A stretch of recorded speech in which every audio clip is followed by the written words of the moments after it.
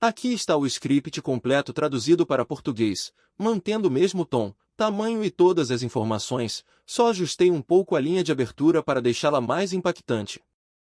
Voltem 3 semanas e me mostrem a tabela onde alguém escreveu o nome da Noruega nas quartas de final. Vocês não conseguem. Ninguém escreveu. Quando essa Copa do Mundo começou, a conversa era França, Inglaterra, Argentina e, acima de tudo, Brasil, os pentacampeões, a maior marca do esporte. O time que todo neutro secretamente queria assistir e que toda emissora desesperadamente precisava manter vivo. Noruega.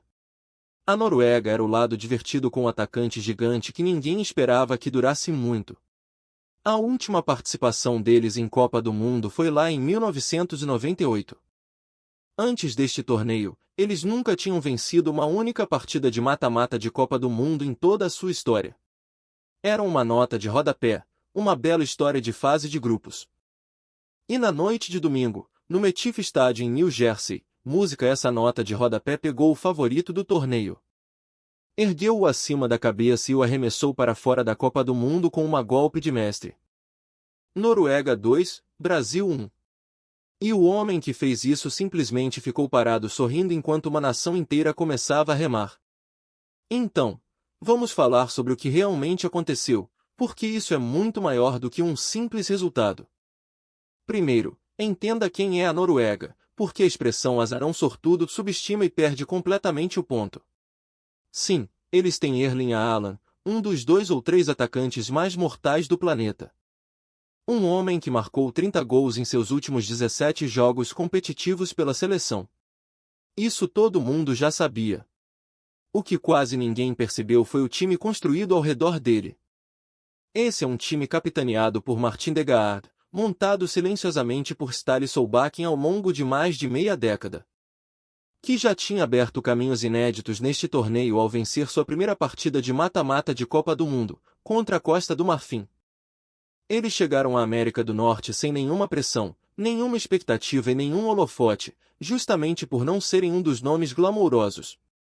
E num torneio que já viu Cabo Verde aterrorizar a Argentina e o Paraguai eliminar a Alemanha, a Noruega acabou de entregar o lembrete mais alto ainda de que, em 2026, reputação não defende absolutamente nada.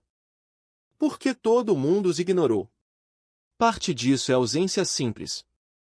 Uma nação de pouco mais de 5 milhões de habitantes que não vai a uma Copa do Mundo desde o final dos anos 90 não carrega o mistério de um Brasil ou de uma França. Não importa quão boa ela silenciosamente se torne. E parte música disso foi o próprio Alan. Por anos, a narrativa era que a Noruega tinha esse único craque excêntrico preso num time que nem conseguia se classificar para torneios. Então as pessoas aprenderam a tratá-lo como uma curiosidade de melhores momentos, e não como a lança de um contendor genuíno. Essa visão estava ultrapassada. Música, e o domingo foi a noite em que o resto do mundo finalmente descobriu isso. Aqui está a parte que deveria realmente doer para o Brasil. A Noruega não venceu estacionando 10 homens na entrada da própria área e roubando um resultado no susto. Eles venceram música brasileirando mais que o próprio Brasil. A Noruega teve aproximadamente 2/3 da posse de bola. Eles completaram 617 passes contra 279 do Brasil. Leiam de novo. Os pentacampeões mundiais, a nação que deu ao mundo jogo bonito, ficaram com 34% de posse de bola e quase nenhuma onda de ataque coerente durante a noite toda. Enquanto eram os noruegueses que tocavam a bola com paciência e controle. Degaard puxando os fios como se o jogo estivesse sendo disputado no ritmo dele, música e de mais ninguém. A Noruega, naquela noite, parecia mais o Brasil antigo do que o próprio Brasil.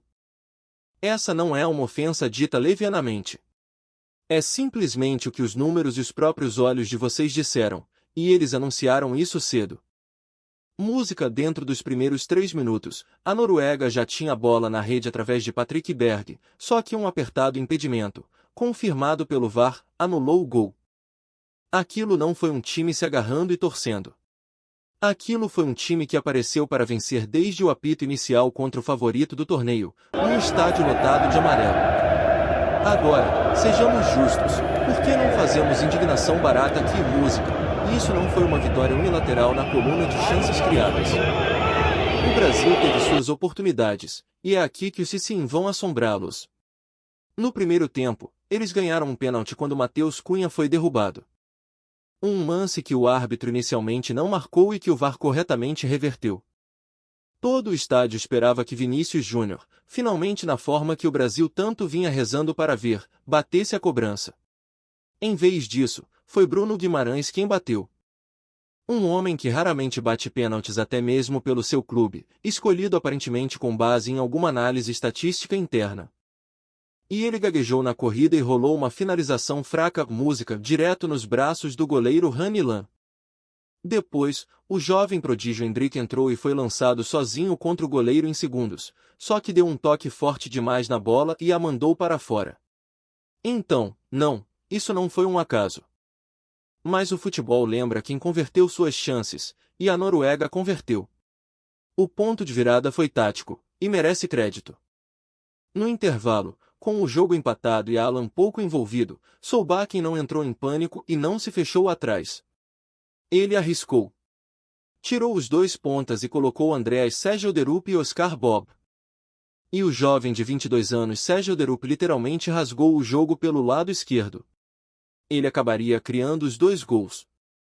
Isso é um técnico lendo perfeitamente um jogo de mata-mata e tendo a coragem de mudar um jogo que ainda não estava perdendo. E, uma vez que a Noruega tinha aberto a defesa do Brasil, eles tinham um único homem na terra que você menos quer rondando sua área. Porque, eventualmente, inevitavelmente, a Alan aconteceu. Durante 79 minutos, ele tinha sido paciente, se alimentando de sobras, esperando. Então Segelderup cruzou a bola e Alan subiu contra Gabriel Magalhães, o defensor poderoso do Arsenal que enfrenta ele há anos na Premier League, e simplesmente o destruiu no ar. Ele cabeceou com tanta violência que um dos defensores mais fortes do futebol mundial ficou estendido no gramado, enquanto Alan comemorava, 1-0. E depois, já nos acréscimos, ganhou um espaço na entrada da área. Ele bateu uma finalização rasteira e precisa que passou por Alisson para o segundo gol, quase impossível de defender pela precisão. 2 gols, o 6º e o 7º dele no torneio, empatando com Lionel Messi e Kylian Mbappé no topo da artilharia. E que disputa a 3 se tornou essa? Porque são 3 armas completamente diferentes. Messi é técnica e visão. Mbappé é velocidade cegante. E a Alan é pura potência aterrorizante. Do tipo que deixa um defensor como Gabriel jogado no chão. 2 chances que importaram, 2 gols, jogo encerrado. E a reação contou toda a história dessa partida em 2 imagens. De um lado, a Alan liderando a agora famosa remada viking na frente da torcida visitante, batendo num tambor. Milhares de pessoas lá em Oslo remando junto em telões.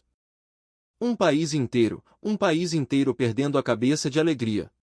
Ele chamou isso de um dos dias mais insanos da história norueguesa.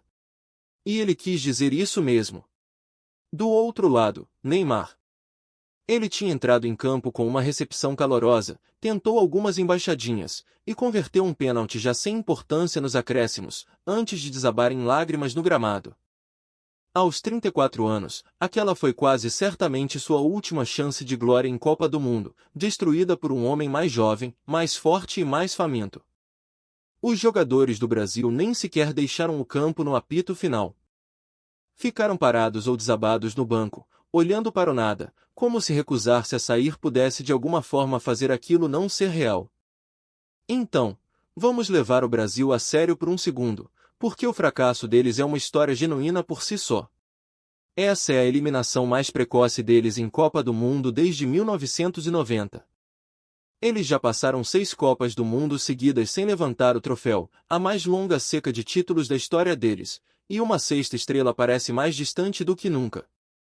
Carlo Ancelotti, um dos maiores técnicos de clube que já existiram, foi contratado especificamente para acabar com isso. E ele nem sequer conseguiu levar esse time até as quartas de final. Ele trouxe um elenco incompleto. Endrick, aos 19 anos, não estava pronto para liderar o ataque. O meio-campo funcionou com pernas velhas, e até Ancelotti admitiu depois que precisam de talento jovem e fresco. O veredito dele foi um dar de ombros e uma promessa. Ele disse: vamos usar essa derrota como combustível. O que levanta a pergunta desconfortável que as pessoas já vêm fazendo há anos. O Brasil ainda é um grande time? Ou se tornou uma grande marca? O clima bom, as camisas amarelas, a história, a boa vontade global, tudo isso ainda é padrão ouro. O futebol de verdade não corresponde a isso há muito, muito tempo. E essa questão da marca é exatamente porque esse resultado é uma catástrofe silenciosa para quem organiza o torneio. Sejamos honestos sobre como isso funciona. O Brasil não é só mais uma das 48 seleções para a FIFA. Eles são a marca mais comercializável de toda a competição. A camisa que vende no mundo todo. O nome que dispara os índices de audiência de televisão em todos os continentes. O imã de patrocinadores e espectadores casuais que sintonizam para ver Neymar e Vinícius e a mitologia do samba ou música. Quando o Brasil avança, todo mundo ganha dinheiro e todo mundo assiste.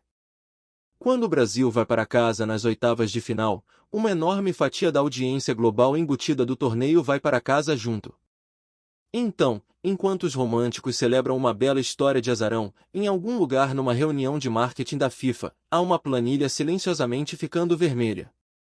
Esse é precisamente o resultado que eles temiam. Uma das joias da coroa das chaves deles se foi. E no lugar dela está uma pequena nação nórdica de 5 milhões de pessoas que a maior parte do planeta não conseguiria encontrar na tabela um mês atrás. O que nos leva à única pergunta que importa agora. Até onde isso realmente pode ir? A Noruega está nas quartas de final de uma Copa do Mundo pela primeiríssima vez. Eles agora estão invictos contra o Brasil em 5 confrontos ao longo das décadas. E eles carregam um atacante na forma da vida dele, além de um time que acabou de controlar a bola contra os pentacampeões. Solbakken, sendo um norueguês sensato, se recusou a se empolgar demais, dizendo apenas que estão nas quartas e vão ver. Mas os jogadores dele sabem o que fizeram.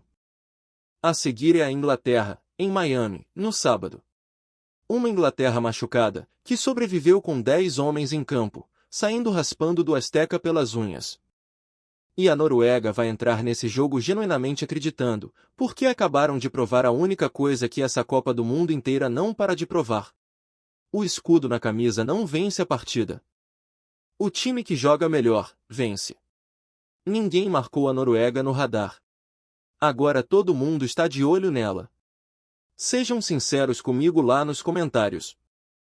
Vocês tinham a Noruega vencendo o Brasil, ou sua tabela está em tantos pedaços quanto a minha? E se vocês estão curtindo essa carnificina de azarões que essa Copa do Mundo não para de entregar, se inscrevam e venham remar o barco Viking conosco até as quartas de final. Etir.